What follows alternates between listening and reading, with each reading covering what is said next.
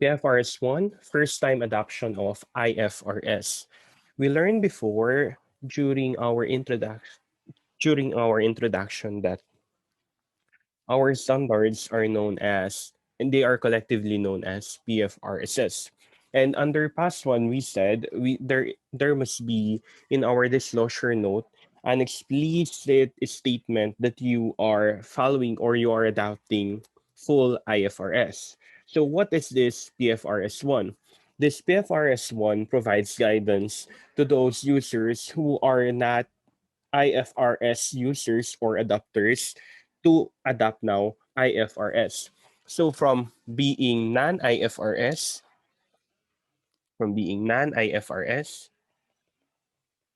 to IFRS.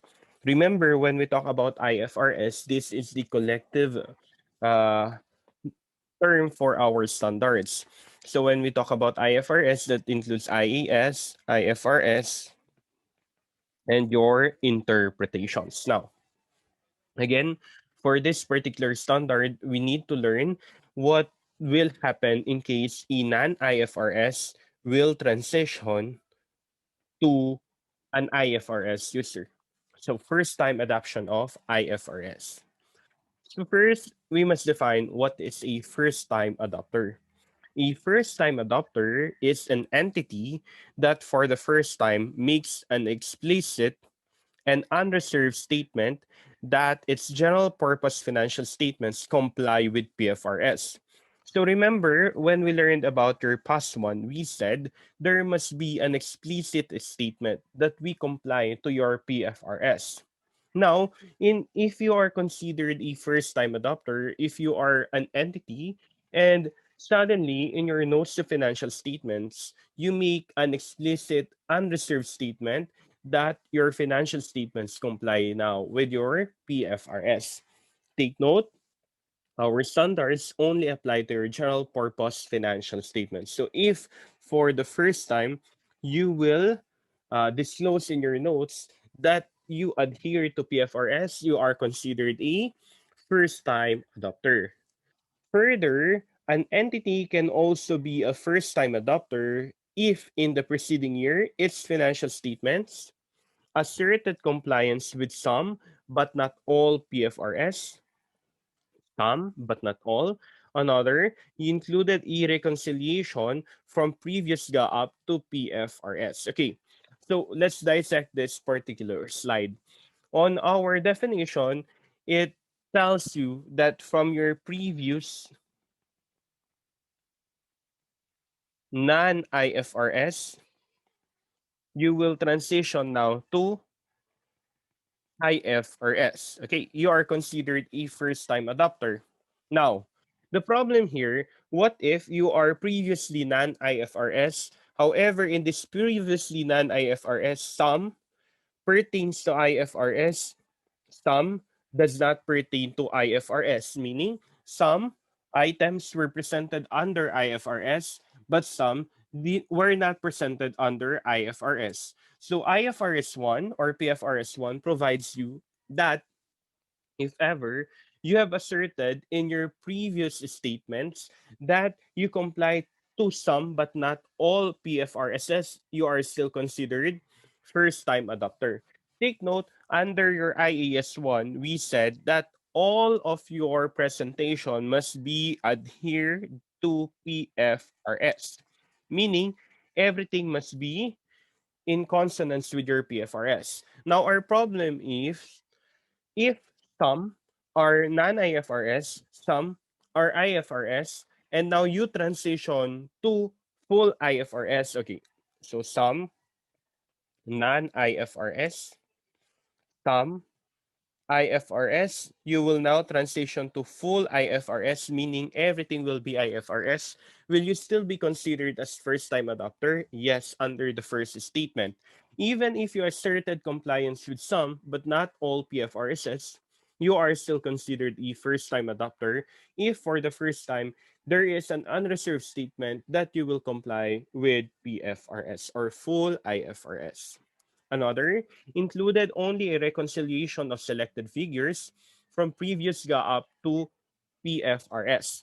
Take note, guys, that if we are to transition, we have here your previous non-IFRS standard, meaning your previous generally accepted accounting principle, going to your IFRS. One requirement here is to prepare a reconciliation. So when we say reconciliation from the previous standard, previous to the IFRS. So you reconcile the different items in your financial statements from your previous standard to your IFRS. Now, on the second bullet, it is provided here that you included only a reconciliation of selected figures from previous GAAP to PFRS. Take note, once we transition to full IFRS, we must reconcile all. However, on the second one, you only reconcile selected figures. Therefore, since this is only selected, it means that there was no full transition. So just like the first one, it is only some. Therefore, this is not a full transition. Another one, only selected figures, again, not a full transition. Therefore, there is no first-time adoption on the first and second bullets. Okay, so there will only be a first-time adoption, take note, if there is a full transition from a previous non-IFRS user to IFRS. So even if you have already presented some, or even if you have only presented the selected figures out of the previous year, it's still considered as non-IFRS. When are you considered IFRS user? Only if you are using your full PFRS. Okay? And you present in your notes disclosure that you are in compliance with PFRS. Okay, when are you a first-time adopter? If for the first time, you explicitly provide in your notes to financial statements that you comply with PFRS. So aside from your notes to financial statements, your financial statements must also adhere with your PFRS. So previously, you are a non-IFRS, or you are using other generally accepted accounting principle, now you transition to full PFRS. So only when there is a transition to full PFRS or full IFRS that we can say you are a first-time adopter. Now, what are the requirements if you are considered a first-time adopter? We already know the concept. When can we say that a user or a preparer of financial statement is considered a first-time adopter? Now, if you are considered a first-time adopter, what are the adjustments that must be made under our standards IFRS 1?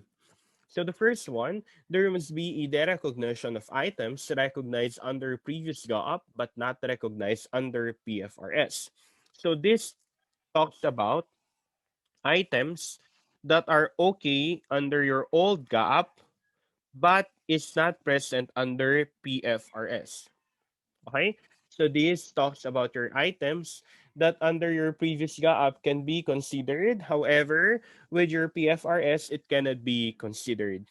Next, items not recognized under previous GAAP but must be recognized under your PFRS. So not recognized under your GAAP but must be recognized under PFRS. So your adjustments must be all non-PFRS must be removed, and all for PFRS but not recorded must be included. Okay? So on the first one, those items you include in your previous GAAP, however, not applicable for PFRS, you must remove it. Next, all items not included under your previous GAAP, however, it must be included under PFRS, it must be included. Okay, so those are the rules. What must be adjusted again? If ever you have here an old standard and that old standard does not comply with your PFRS, meaning it is included in your old standard but must not be included under the PFRS, you remove it. Next, from your previous GAAP, it is not included, but under PFRS, it must be included. You must include it. Okay, so these are the rules under your transition. You must only remove those items not considered under PFRS and include those items included in your PFRS. So once you transition from non-IFRS to IFRS, you are considered a first-time adopter. And what are your adjustments again? Your adjustments are the following. So under previous GAAP, but not under PFRS. Under previous GAAP, but must be recognized under PFRS. Okay? That's it for PFRS